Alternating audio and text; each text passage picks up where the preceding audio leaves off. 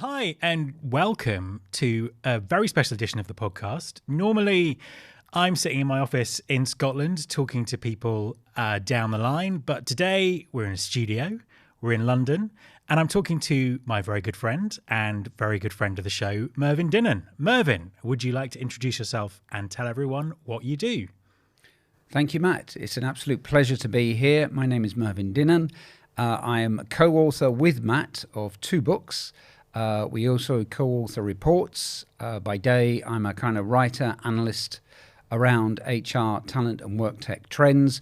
I also have a nascent podcast called HR Means Business on the HR Happy Hour network, in which I talk to HR professionals about how their role is changing.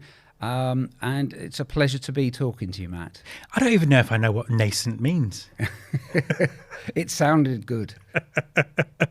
It's a new podcast, isn't it? You're Yes, working through the first few episodes. I am indeed, yes. Now, the reason that we've gone to such a special effort to hire a studio, complete with cameras, we may or may not publish the video of this, depending on how well Mervyn's shirt shows up on camera. The reason we're doing this is it is a year since we published our second book, Digital Talent, and we wanted to do a special episode of the podcast, talking about the book, looking at some of the themes that we discussed in the book and really seeing how they've developed since we wrote the book. Now, the book's a year old, but actually some of the things that we were writing for the book, we were actually writing 2 years ago. So lots has happened. Lots of things have happened since then. And we also wanted to sort of think about how those trends might pan out in the future.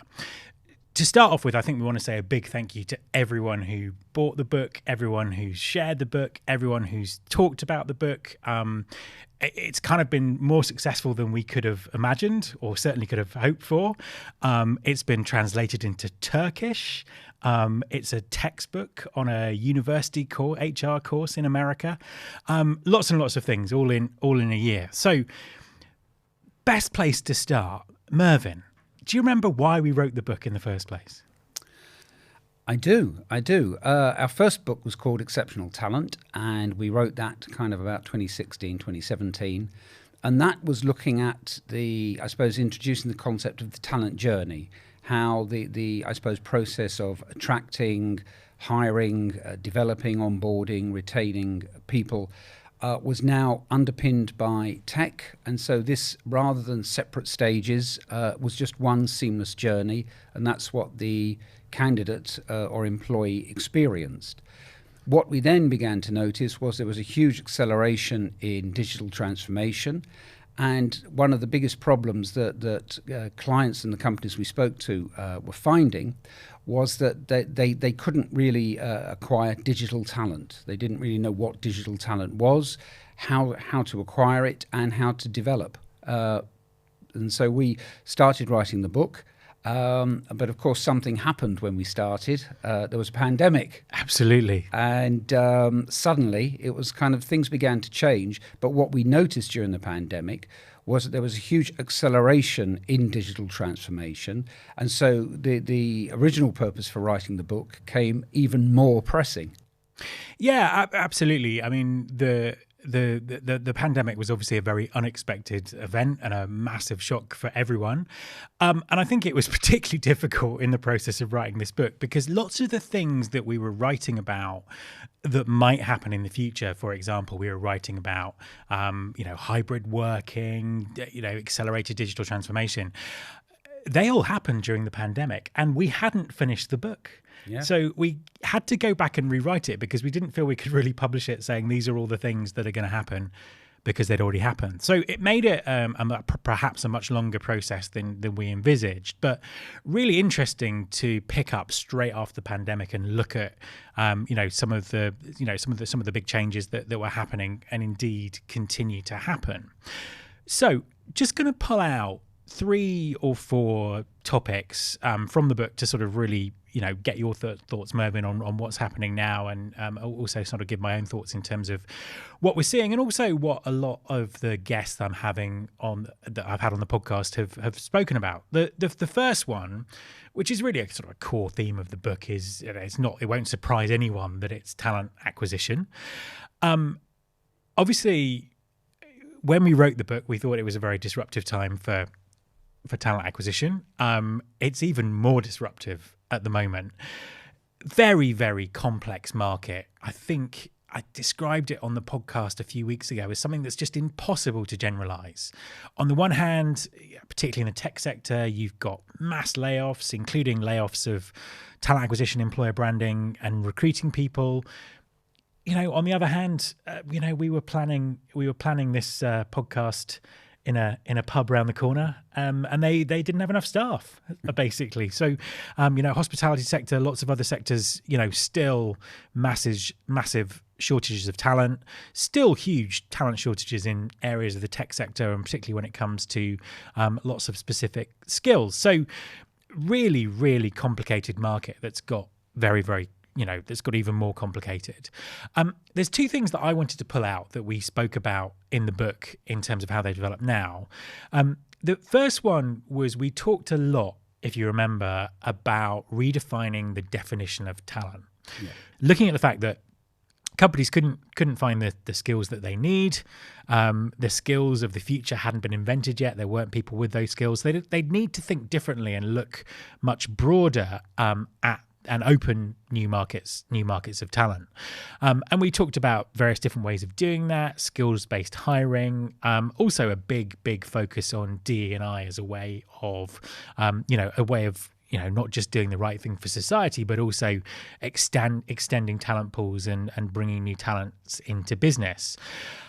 Where we've got with that, I think what sums it up best for me was I did an interview a few weeks ago with a guy who works for Microsoft called Bruce Jackson, who's got a really interesting book out about his journey from living in a housing project in Manhattan all the way to becoming a general attorney at Microsoft.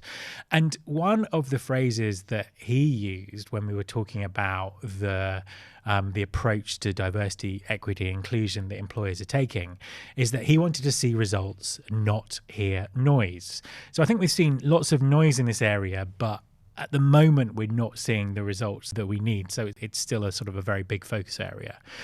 One of the interesting things, though, when it comes to social mobility is I've spoken to a number of employers who are really rethinking the way that they look at talent. So people like Body Shop, for example, in the US, who have this open hiring initiative where they don't do background checks. They literally take anyone who applies, who can work the shifts.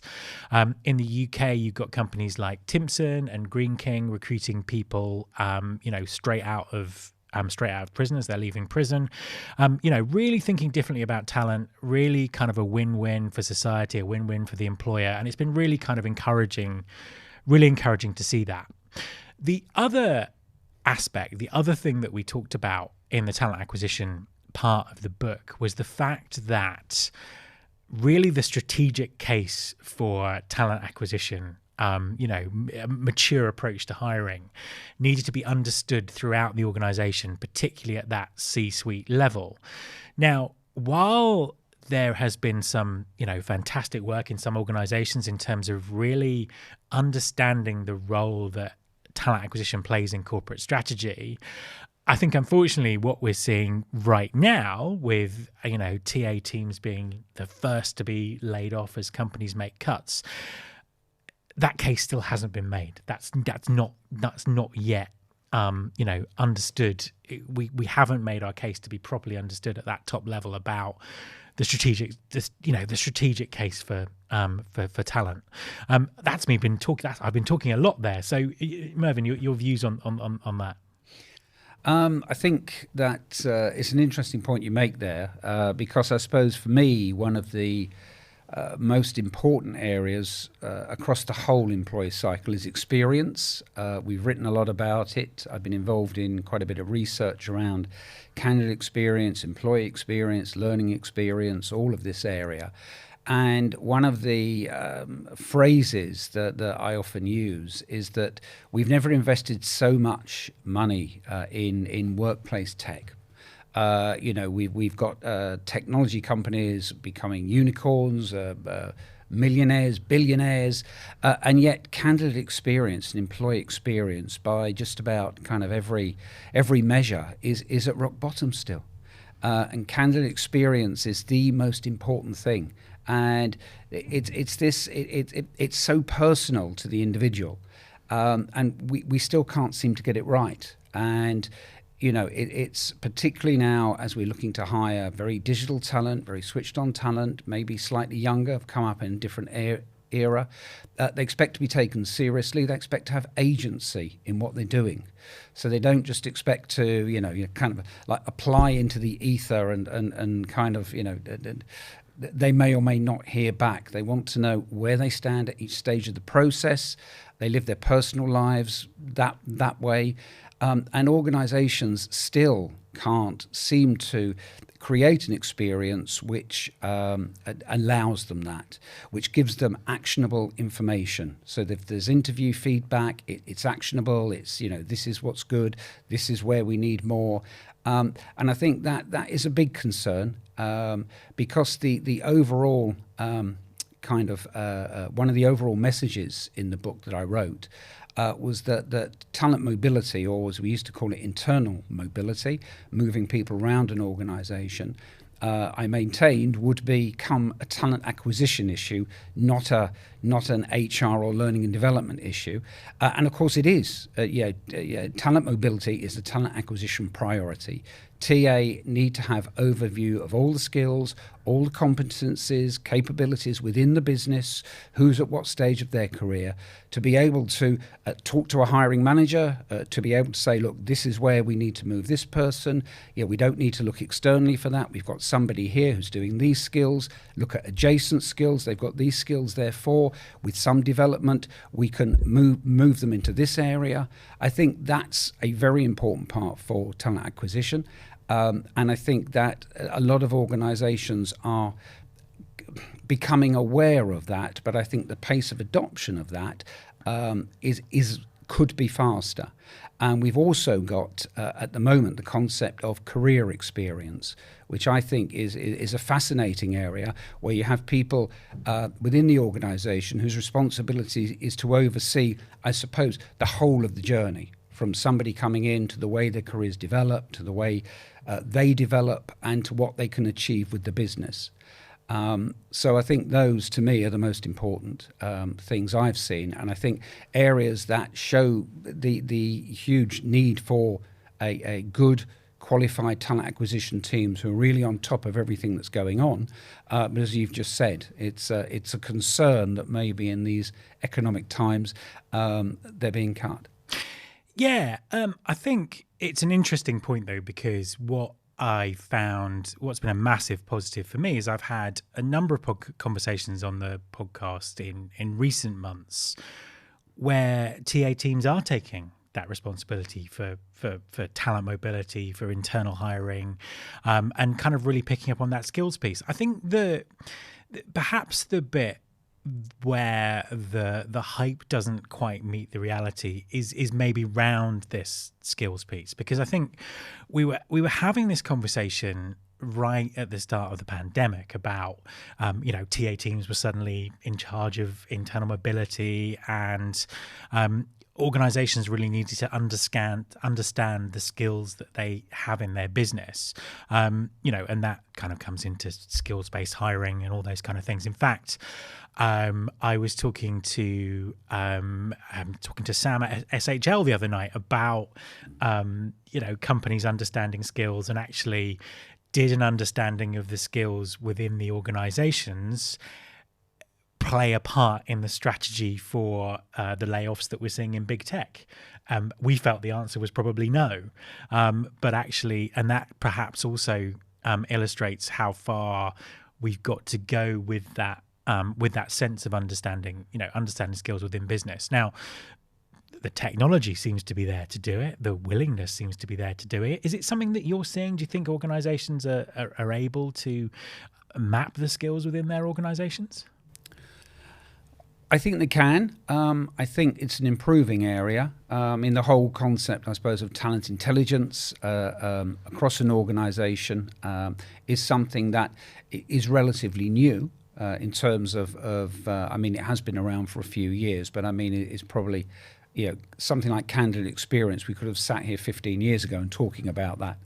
Whereas I think talent intelligence and this understanding of all the available, I suppose, skills, knowledge, capabilities within an organisation, I think it is improving. I think it tends to be the much larger organisations where that are better at this.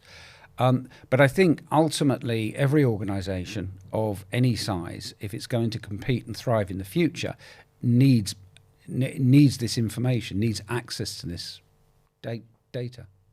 Yeah, no, absolutely. And talking about data, let's talk about technology. I revisited the book a week or so ago in sort of preparation of this conversation. Obviously, I can remember everything that we wrote to the word, but I thought I'd kind of go through and just sort of pick out some of the things that stood out, looking at it retrospectively.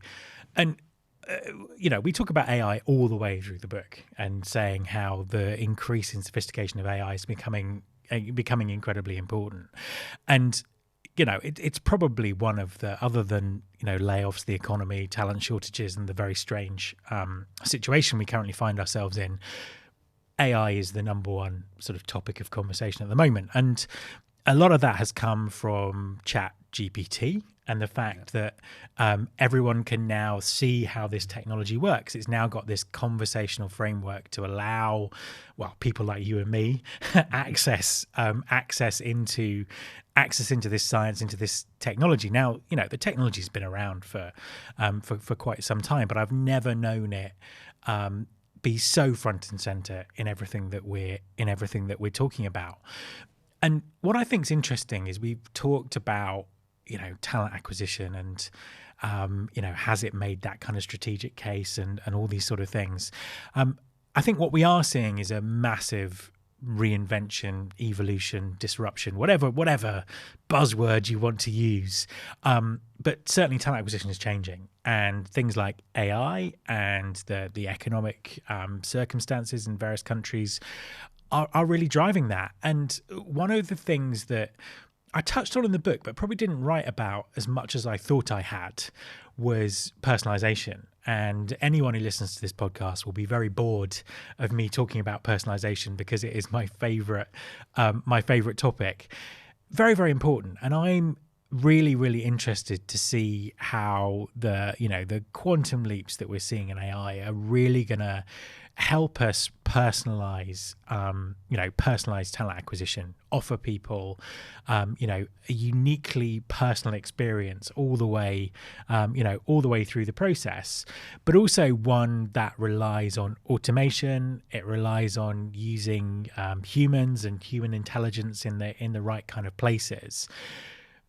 Really interesting conversation recently on the podcast with Carl Lagunas. And he's done a really, really interesting report on the uptake of AI within HR, within talent acquisition. And, lots of people saying that they're going to spend money on this and getting into their business, but not many people actually have the right strategy in place to make it work. And that's kind of, I think, where we are with technology. We've seen what's possible. We need to change as an industry.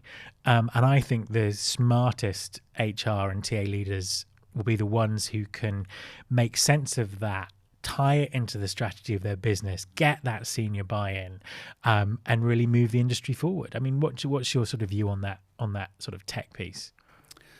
I think I'm going to go at a slight tangent on this because, I mean, I agree with you. I think AI and certainly the possibilities that conversational AI opens up are huge. That's one of your top areas at the moment. One of mine is well-being and the impact all of this has on the people who work for us. The best organizations are those who are able to somehow support the well-being of their employees. I've often said that we're very close to the time now when on interview, candidates will actually ask the question on interview, if I'm struggling, how will you help me? If I need help, how will you support me? And I think that if we get too far focused, I suppose, on the data and analytics, we miss the human side of business. And I had a recent podcast interview with Derek Irvin, who's the VP at WorkHuman. And this was about the role that thanks and recognition plays in improving well-being. And it is a huge link. And I think that that's the kind of area, and possibly the side that's maybe missing from the future organisation, is that how we look out for our people. I often talk about the move away from direction and management to support and enablement. So rather than managing people, directing them, we're supporting them, we're enabling them. We can use the data. We can certainly. You mentioned Chat GPT there. People can now use that to ask questions like how can I do this? How can I do that?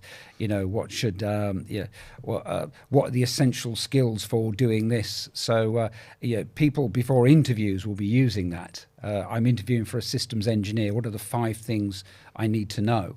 But I think all of this plays into a much, I suppose, to me, this kind of emotional, social, mental well-being picture. And I think that's the future success of an organisation will be one that can marry the data, the analytics, and what we can learn through the AI with the actual support for the people.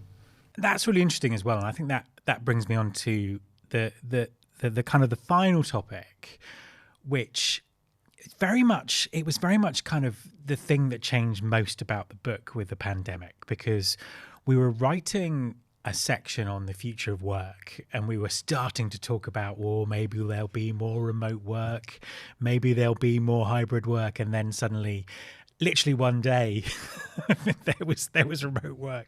There was remote work everywhere. Looking back, what's kind of disappointing for me is I still don't feel we're having a grown-up conversation about what work is and where work should take place. So, huge. The newspapers, the internet is still full of huge amounts of headlines and commentary about productivity. People being, people going back to the office, people being forced to go back to the office, people wanting to go back to the office, people never going back to the office, and it's just a disappointing conversation because it's full of vested interests and, there's not much data in there. It's full of opinion. And it's very, very, there are some significant challenges that, employers and employees need to work through with new ways of working. But, some significant benefits as well. And I just don't feel that we're having those conversations because we're almost stuck in this, this pantomime style thing, should we go back to the office? Oh, yes, we should. Oh, no, we shouldn't. And it's kind of really disappointing. And I think that, I'm seeing lots of people working, really effectively in a hybrid way. I'm seeing lots of people, working, continuing, who've always been remote, continuing to be remote and very effective, and likewise people are tied to location and they don't have that flexibility. But I think if organizations want to be inclusive, they want to offer flexibility, they want to broaden the talent pools that they work in, then hybrid remote work is a key aspect of that, if not the overall solution. What do you think? I have an expression about HR in the time of #outrage, and this plays straight into it. Every day, as you say, the digital narrative that we see, whether it's through the daily email newsletters, whether it's going on LinkedIn, whether it's going on social media, whether it's our daily kind of update from whoever we subscribe to, be it the FT, the Times, or whatever, it is all about these kind of arguments about quiet quitting, loud quitting, remote working, and rage applying and all those things. I think that the reality for me is that something like 60% of the jobs in the UK economy can't be done remotely. So in one respect, we're talking about a minority, but it's a very significant minority.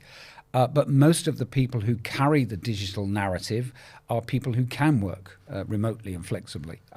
So I think that's how it becomes intensified. I do think we need a grown-up conversation around it, because there are a number of things that we have to take into account. In fact, I had a recent podcast chat with Gemma Dale, who some listeners may know has written a couple of books on this. And the thing is that it's remote, flexible, hybrid, asynchronous working are 4 different things. So are we talking about location? Are we talking about time? Are we talking about... that's the first thing we have to decide, I suppose.